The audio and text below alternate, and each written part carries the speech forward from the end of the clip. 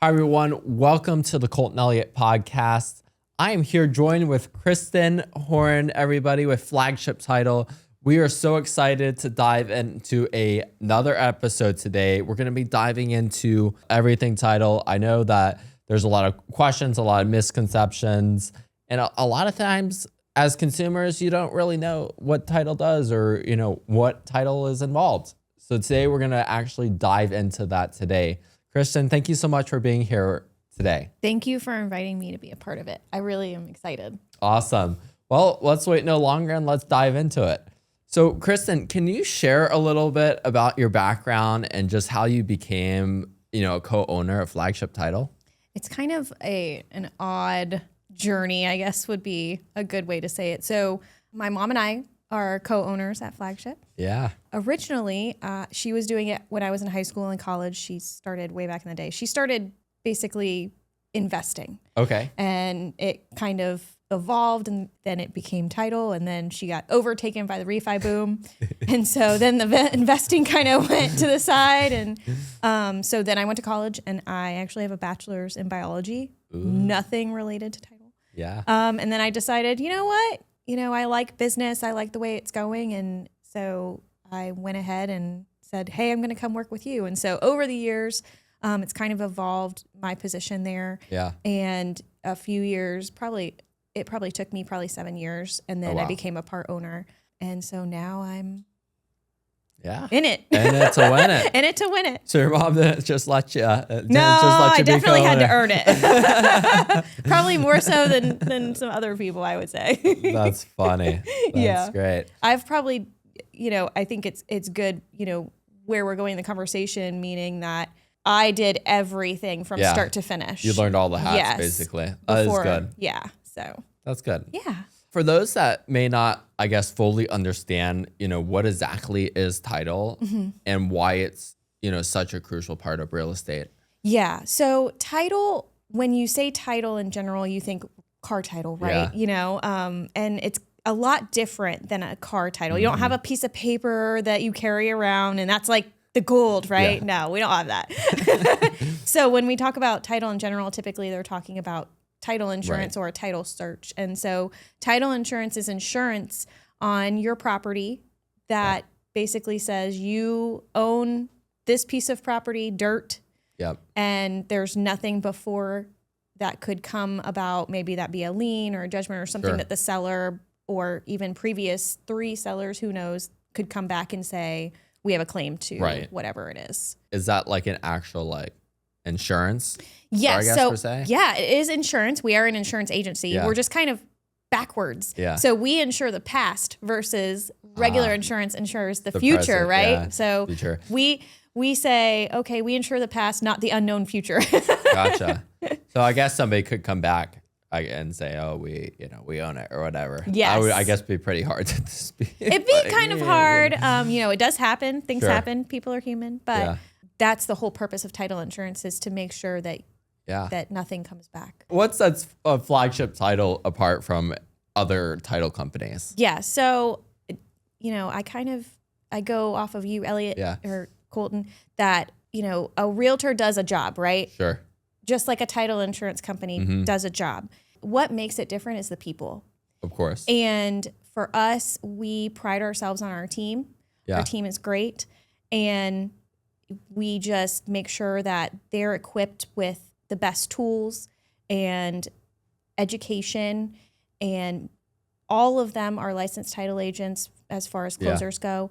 And they all continue with their continuing education requirements. And then we provide them with whatever tools or the technology. We want to be able to give them everything they need to make that experience the best for the clients. Let's dive into the title process. So could you kind of walk us through, the title process step by step, what it kind of looks like for a typical buyer? Yeah. So, from a buyer's perspective, they've been dealing with finding a house, all of that.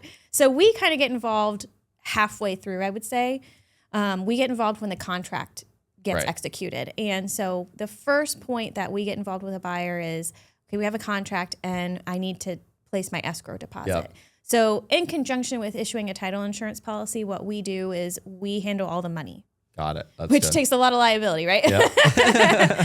So the first step is you place your escrow deposit and we start conversing with you. Yep. We converse, if there's a lender, there's a lender. So we're kind of in the middle of the process talking to everybody at the same time. Yep. And our process is to make sure the buyer understands what their responsibilities are, what they need to do, what they're getting into. Yeah. Meaning, you know, this is all the information you have about the house. We want to give as much information as possible. Of course. So that's what we do. And then after that process, once they're a lender, if they have a lender, we schedule a closing and we're the ones to walk them through the documents. Gotcha. Okay. And then after that, then they get the property, right? That's awesome. What about, so we're talking about escrow. Could you dive in a little bit more on like, okay, like the money, like do you guys, I guess, because some real estate companies will actually hold escrow, but you guys actually will hold escrow.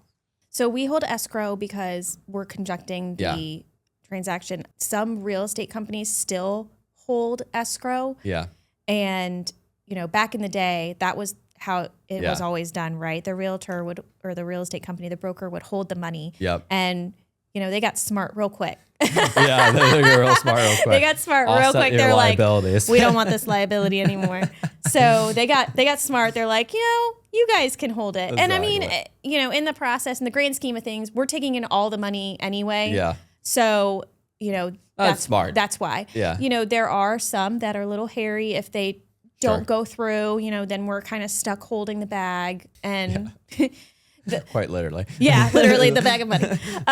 But you know, that's just part of it. Sure. That's just part of it. What about, I guess, what is it? What are the steps and what is entitled to a seller? Like for sellers coming to closing or title? Yeah. So when a seller comes to us, you know, we kind of talk to them at the beginning to get all the information that we need. Yeah. If they have a loan, then we need their information. Of course. We have to get their social security numbers, which sometimes can be a little, you know, people don't want to give that up. Yeah. And I can understand that, you know, in today's world. So we kind of get all that information and then we schedule closing with them, just like, you know, we do with the buyers. And then we also need to take in their bank information. Got it. Because we have to send them a wire, unless they do a check and, there are those people still out there that take a piece of paper. Yeah. We don't provide cash, so everybody knows that's not a thing. We'd have to like schedule that like a year in advance. Get a Brinks truck to come deliver it where you want to deliver it. Armored truck delivery, right? Exactly. So we take in that information, then we wire to them. Yeah. So, or, you know, if they're buying a house in conjunction with us selling, then we send it wherever it needs to go. Yeah. Gotcha. Okay, perfect. What are some common, I guess, misconceptions consumers have about title companies? What's funny is I think most people don't know that we exist. Yeah, I was just about to say. They're like, what's a title company? Or they'll call and be like, do you do car titles? No, we don't. Do people actually call that? Yeah, That's legit. Funny. Legit. That's crazy. But for us, I think a common misconception is that we know everything about the whole thing. Yeah. So meaning, you know, the lender orders the appraisal. Mm-hmm. We don't know anything about the appraisal. You know, certain parts of the process, they kind of have a misconception of what we handle and what a lender handles. I would say that's probably a biggest misconception. Do we know sometimes? Sure. But if that's a lender's role, then we want to make sure that the lender is the one to answer those questions. So the appraisals, you know, are we clear to close? Those types of questions, I would say, were the biggest misconceptions. The other thing is that people that don't sell and buy on a regular basis don't know that we pay off a lot of, like, we'll pay off the loans. Right. You know, those types of things. They think they have to do it on their end. So we have to kind of field that and make sure they understand we're doing this role to be able to move forward. Yeah, that makes sense. Do the buyer and the seller typically come to closing at the same time, or do they come differently? So that's funny because, you know, if you asked me this question 10 years ago, I'd be like, yeah, we all have a powwow and we used to bake cookies and all this. No.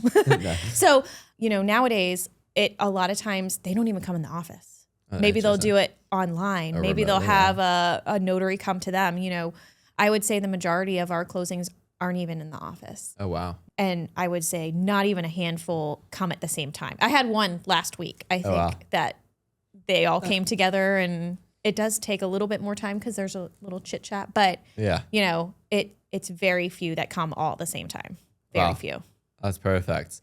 What are some things buyers and sellers can do to prepare for closing and just to make the process go smoother? Yeah, I think from a seller's perspective, just making sure you have all your account numbers for your loans. Make sure you're prepared to move. Yeah. Because we do come to closing and the buyer's like, they're not out yet.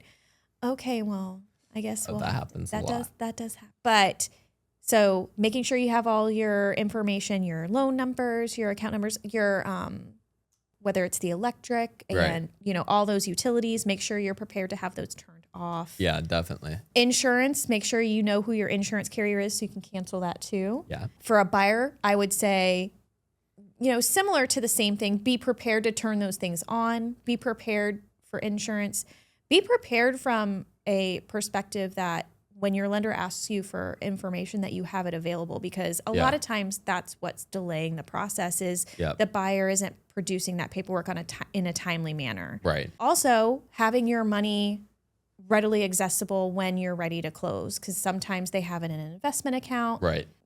Like a Morgan Stanley or a 401k. You need to make sure that money is ready to go when everybody else is ready to go. Not, oh, well, it's going to take a week for it to come from my investment account to go to this account, so then I can wire it to you guys. So just making sure that that's all set. But other than that, I think just being prepared. Yeah. So this is kind of a wild question. What kind of forms can people come and pay in? Could they pay in Bitcoin if they want to close in Bitcoin? Surprisingly, title insurance, we're an insurance company, so we have underwriters. The underwriter doesn't allow us to accept Bitcoin, and the Florida law doesn't allow us to accept Bitcoin because it's not considered good cleared funds. But we do have a partner, a vendor that we use that what they do is they will take the Bitcoin and they will convert it. So we get the converted. Gotcha. And then if the seller would like the Bitcoin, then we can send it back through and they convert it to Bitcoin. Oh, wow. That's pretty cool. So it would be a very immediate process going back and forth. So it seems like, Bitcoin to Bitcoin, but there is really somewhere in between that doesn't. The traditional, so there's other companies that just do Bitcoin transactions. I can't remember the name of the one that I know about, but they kind of do it a little differently. They sell the company that owns the property versus doing the real estate part of it. Gotcha. Okay. Interesting. Yes. Awesome. No cash though. You can't bring cash. Or expect Please cash. Don't. Please don't. We have had pennies. We have had people come with a suitcase. That's funny. Yes. Life savings right there. It was under the mattress, I think. Something like that. They want to put it in the bank there. How does title insurance work, and why is that so important? I think the best way to describe it is to use examples, because you can it's just like any other insurance. You can say you need insurance. I just went to get an Apple phone today. Yeah. And they're like, do you want the Apple insurance? And I'm like, no, I don't need that. You only need it till you need it, right? Right, exactly. So for title insurance, we had one where the property, the legal description has been incorrect for 15 years and they have no title insurance. So they have to pay for the rectification of that. Gotcha. So they got to pay for a quiet title suit, so it's things like that prove how important it is to have title insurance. People who buy new builds. Yep. We've had issues where the builder did something wrong and, that is covered under title insurance if you got it. Right. Because technically, in Florida at least, title insurance is optional for a buyer. I was going to ask that. It's not required. It's not required. Interesting. If you have a loan, the lender will require one for them, but that covers them. It doesn't cover you. Okay. So, technically you don't have to have it, but it's those specific instances where it proves tenfold how important it is. Yeah, and the fact that this is probably the most biggest investment most people ever make. It's like Yes. kind of a no-brainer in some sense. Exactly. Yeah. You know, you move on average every 7 years, Yeah. I think is what. 7 or 8. Yes. And most of the time people are, every time they buy, you know, you spend a little bit more, right? Yep. So it's shocking sometimes because we're not an insurance company, or, you know, title insurance is not this way where you pay every year. You pay a one-time and it lasts for the entirety of you owning the property, and then if somebody inherits it from you. You answered my next question. I was going to do you pay one time or is it monthly? You pay one time, and in Florida at least, it's regulated, and the state sets what the rates are. So every title company charges the same rate for title insurance. Wow. Yes. That's pretty cool. Yeah. Awesome. We're going to go and dive into fraud and just consumer protection and kind of what that looks like. We see a lot of that in title. What is like, you know, fraud, you know, obviously has become a growing concern in real estate. I guess, what are some types of fraud that you're seeing most often today? Oh my gosh. We see so much. Yeah. Most of the ones that we see on our side are email fraud. Okay. And they're trying to get people to send them the wire, money. basically. Yes. Yeah. Or like trying to get us to send that, you know, so either it's them trying to get us to send it, or sending the buyer or the lender to send it to them. And I mean, I can't even tell you how many fraud emails, and that's, you know, who gets through our firewall and all of that. So you have to be so careful with wire instructions with your money. And there's no amount of times too many to confirm wire instructions, I promise. Do you ever like recommend like someone just like wire $1 or something, like, you know, instead of the entire amount? What's surprising is that people don't ask that more often. Yeah. I have had people ask if they could send like a small amount, and then they send. I always recommend my clients, I'm like, just send $1. Like, yeah, there is like a $70 or $80 wire fee, but like, okay, if you send it to the wrong person, you only lost $1. Yeah, exactly. I mean, you would rather do that than lose the entirety. Amount. You know, that's a great option. We use on our side, it's called Certified. Okay. And it's a service that they deliver the wire instructions in a secure portal. Gotcha. And you have to prove, number one, that you're in the United States, and number two, that you have to prove your identity in order to access the wire instructions. Oh, wow. And vice versa, when the seller sends us wire instructions, we do the same thing. So it allows us to field out a lot of that noise. You know, we do have people that complain because they have to go through the online portal and all that. But, you know, we reiterate to them that it's so important because there's so much fraud. It's crazy. I mean, we've had people that are impersonating title companies on the phone even. Yeah. If I see emails all the time, and you'll see like my name, or like, and it's like, oh, that's not my email. Especially people that use like a free email account, like a Gmail or a Yahoo, you know, that is like rampant. They have some tracker in there that tracks the certain phrases and words. The other thing is that with that service that we use, Certified, that they have direct access to the Secret Service and to the Fed. Wow. So that way, if God forbid something were to ever happen, it's quick. Then we can, you know, press the red button. Yeah, because I heard you like, it's possible that you could actually get that money before it goes to a scammer, but it's like very slim on like the time frame to do it, like to actually get your money back or whatever before it's so tight. We had one, and I'm sure that a lot of my realtors are tired of hearing this, but we had one that they sent it from an investment account. And when you send money from an investment account, it does take a little bit longer, right? So they sent it from an investment account. They sent it, were looking at their emails, and you know, just for the record, they did know that their email had been hacked before this even took place. So red flag number one. But anyway, they did send it. So they called and said that they sent their wire shortly after they sent it. So we were on the lookout for it. And when we went to confirm where they sent it, we realized they sent it to the wrong place.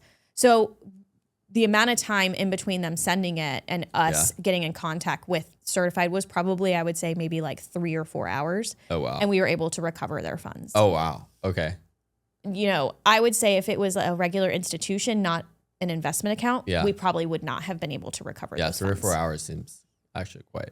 Yeah. Do you guys ever recommend as title, like, call and make sure you got the wire? Yes, and don't call the number on the fraudulent email. Please don't. Okay, that's happened before. That has all happened before. So we always recommend that, you know, if you're using our title company, obviously call our phone number, but Google the title company that you're working with and use that phone number, not the phone number in the email. Gotcha. That way, you know, you're talking to the right people versus the fraudulent people. Gotcha. All right. What are some, well, I think we maybe just covered this, but what are some red flags, you know, should buyers and sellers watch out for? A few things. So red flag obviously would be if you're talking to someone and, you know, maybe you have like a little inkling that they don't work with the title company. Mm-hmm. If you get a different email address from like, if let's say you sent me an email and you copied your buyer in and you got an email from a different email address, that's a red flag. I would always say that you should at least have one phone conversation, maybe more, with the title company, because how do you know that there's a real person on the other side? True. And you call them. Yeah. Don't just rely on them to call you, because fraudsters are they're smart. They're a lot smarter than we give them credit for. So making sure that you're actually talking to the person that is sending emails. What we do is we also use, it's a platform called Qualia to interact with our clients, because the fraudsters can't get into that. Right. Whatever title company you're using has a secure portal to communicate, use it. Don't avoid it because it's, you know, I have to enter a username and password. Trust me. It is worth its weight in gold to spend that few extra moments to remember a password. Those are the top two things that I would say. And then when you're ready to send your wire, like we talked about a few minutes ago, is make sure that you're confirming those wire instructions verbally with the title company. Before, after, call them to make sure they're expecting it, because if they don't get it within a certain amount of time, that's a red flag. Yeah, definitely. Perfect. How does Flagship Title help protect consumers, I guess, against fraud? And like I said, that's probably just a repeat. So we have a few things. So we do certified. Yeah. We use certified for all wire instructions. And that includes when we're sending money out to maybe your payoff lender. We use that too. We use Qualia, which is, you know, a platform that allows us to communicate with everyone in the transaction securely. It also has a phone app, which is nice for those realtors. And we are always, every time they come out with continuing education about fraud, we're taking it, because we want to know what are the newest things that they're coming out with, because they're smart. They're always changing. Yeah. And so we want to make sure that we at least have all the information and we pass that along to everybody at the company, our whole team. And our team is really good about spotting that. Okay. We also use, one of our underwriters does have an ID verification system that we're able to verify ID. And so we've done that because another type of fraud that we're seeing a lot is in vacant land, where they're impersonating the owners of vacant land. I've dealt with that. Yes. And so so the ID verification is so important in that instance, because a lot of times you're just dealing with them over email and phone, right? So we send that to make sure that they're actually the people that they say that they are. Yeah, that's good. And I guess realtors can come to you and say, hey, here is, because you're going to need the ID to close anyways. Here is the ID. Can you verify that this is a so we do that. I've done that a few times with some of the vacant land ones, because, you know, I tell my customers, I'm like, do you want to waste all that time, or do you want me to just run the ID for you? Because if you waste a bunch of, time is money. Yeah. And so we want you to be able to catch that early on. Yeah, definitely. What is a role that what role does technology play in preventing fraud, I guess, during the closing process? And again, we kind of I think it's also, it causes and prevents it, right? Yeah. Because a lot of it is email. And, as much as we want to shy away from technology and use the phone to kind of circumvent a lot of that, it also assists us. Yeah. So a huge role in preventing and managing, but also making sure that we're using it appropriately and that our customers and the sellers and buyers understand what to expect. Right. It's setting expectations up front. Yeah. Yeah. Because at the end of the day, that's just like how everything is, right? It can either be used for good or it can be used for wrong, right? Yes, I mean, exactly. You can have scammers, you can have good. I mean, what do you... You're going to have good and bad, and they're going to learn how to use the newest technology, and they're going to be a lot faster than we are. Yeah. Because we don't think like them. Yeah, well, we don't. Perfect. So we're going to dive in now to just industry kind of insights and consumer. I guess, what are some of the biggest mistakes buyers and sellers make during a closing, and how can they avoid them? Yeah. So sellers, I think they, some of the biggest mistakes they make is their expectation is that everything's going to be on time. Yeah. That's not always necessarily the case. And sometimes closings get delayed, and, so being a little bit understanding of that process. Yeah. Buyers, I think, make more mistakes because they maybe don't understand how their choices affect a closing. So most of the time, if someone's paying cash, they've done it before, right? So their experience, they know relatively like what's going to go on. I think that when they pay cash, they kind of understand the process. Maybe their expectation is to go a little faster. So sometimes we have to mitigate that. So expectations. Yeah. But when you're going through the process of buying a house with a lender, the number one mistake I see them make is they go out and they get credit. Yes. Oh, I opened a credit card so I can get new furniture. Or I had one that showed up to closing in a new car. Just wait till you close. Yes. Please. Like when you talk to the lender, from the point that you say, okay, I'm going to buy this house, and they run your credit, just don't do anything. Just close. After you close, buy all that furniture you want. You could do everything you want. Everything you want. Please don't do it before closing. The other thing is, I think you do a good job of preparing your clients for it, but I think not every realtor does in expectations of what they're bringing to closing. Yeah. Because you could say, okay, my down payment is $15,000, but does that include closing costs? Not necessarily. Mm-hmm. So being prepared in that sense, I think, is a huge deal. And one thing that, Flagship Title provides, and they typically will provide it to the realtor, but a seller net sheet.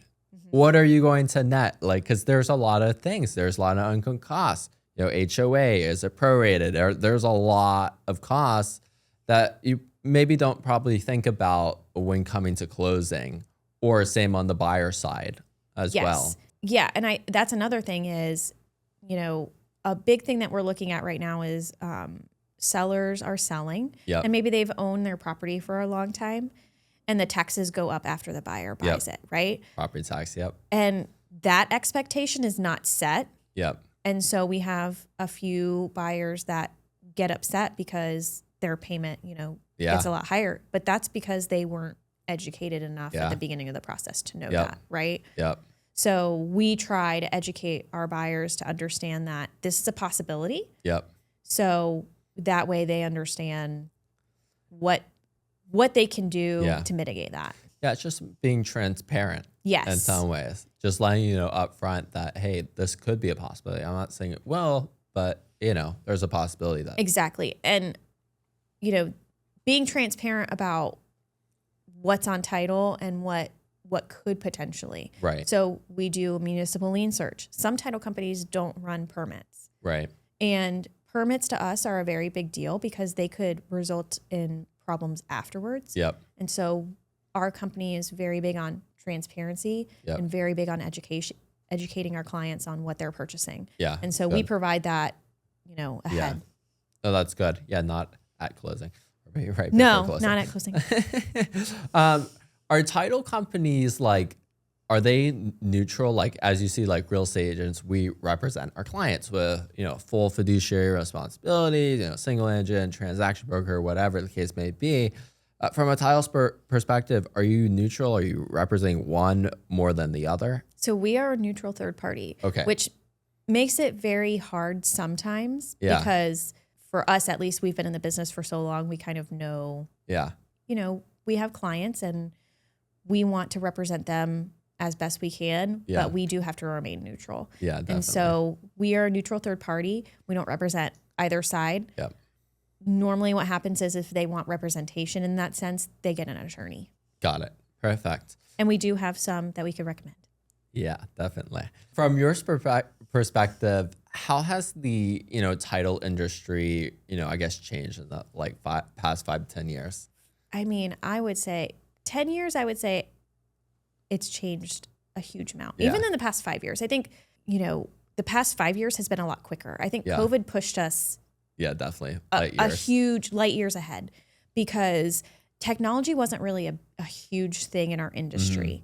And when I'll give you an example, our settlement platform, Qualia, when it came out, it was, the biggest thing in our industry. Yeah. Like it was a big deal because it did all of these things. Yeah. And we're kind of slow to the roll when it comes to technology and in title insurance because a lot of times it's attorneys. Yep. And they've done it 30, 40, sometimes 50 years. And so they're slow to the roll. Also, from a regulatory standpoint, when you deal with people's money, it's a lot harder to change what's industry standard, right? Because we're protecting people's information, we're protecting people's money. So we're very slow to the roll. And then you put in lenders and then we're really slow. So COVID really pushed us, I think, in Florida at least, we were allowed to do remote online notarization a lot sooner than some of the other states. And that made a huge, huge change in our industry. Not that I think that, an abundance of people use remote online notarization, but it changed the way our industry works. Yeah. And being remote, working from home, I think changed drastically our industry because you didn't know what remote work was back then. Like before COVID, we're like, what's remote work? Exactly. So I think those two things really changed how we look at a title insurance company today and what the importance is of having an office or not having an office. So huge industry change, I think, in the past 5 years. Would you say people were coming in to close 5 years ago a lot more? Or yes. Okay. Yes. Yeah. A lot more.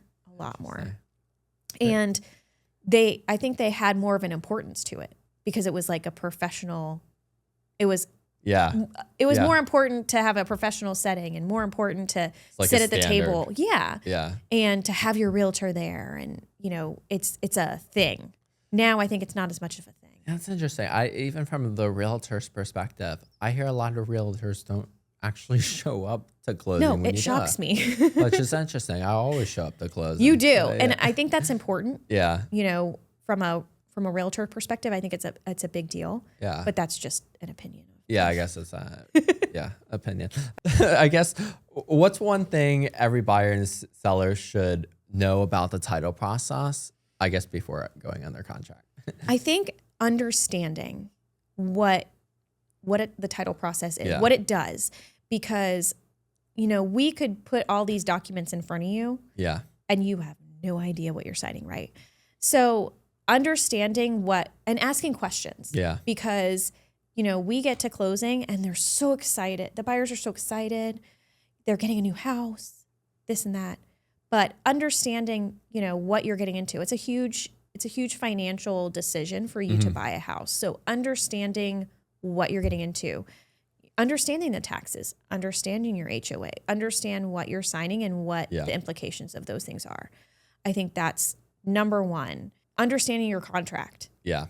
I think that's a number two, because if let's say you want to get out of a contract, you need to understand, definitely, what that looks like.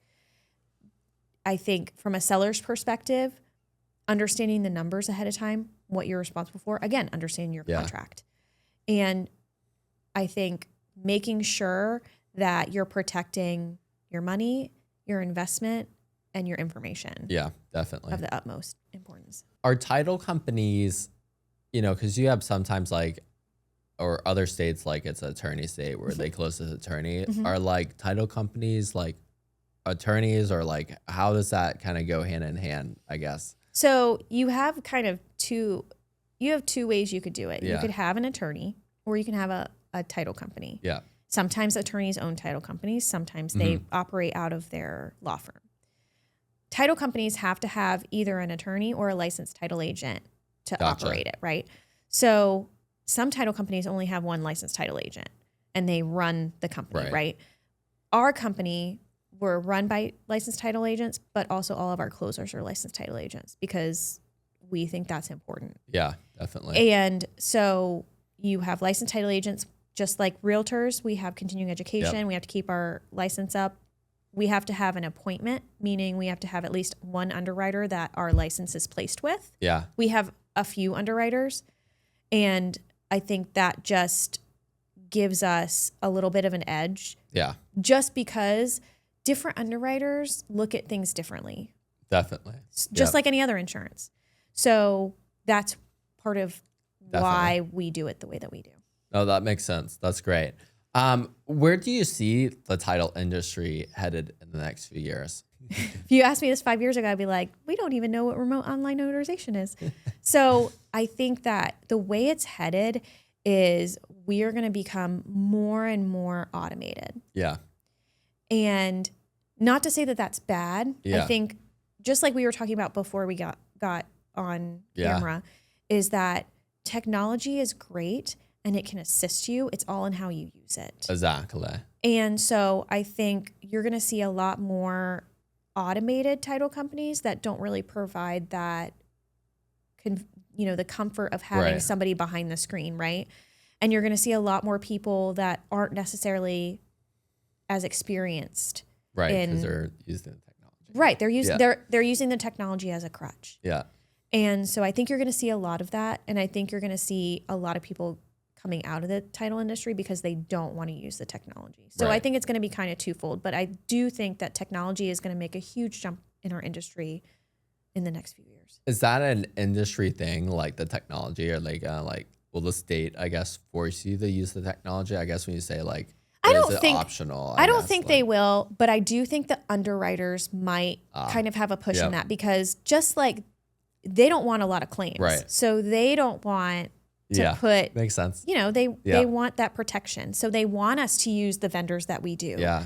Not to say that we don't want to use them. Of course, we want to protect ourselves just like we want to protect our underwriters, but they want us to use that technology. And so they're the ones that usually are going out and they're finding these vendors and they're saying, hey, this might be a good idea. Yeah. Hey, this might be a good idea. And usually they bring us like a few. Gotcha. Very cool. Awesome. Well, we're going to be wrapping up here. This is great. A lot of great info. Kristin, if you could give us one piece of advice to anyone buying or selling real estate right now, what would it be? Oh, that's such a tough question because there's so that many. Might actually be a realtor question.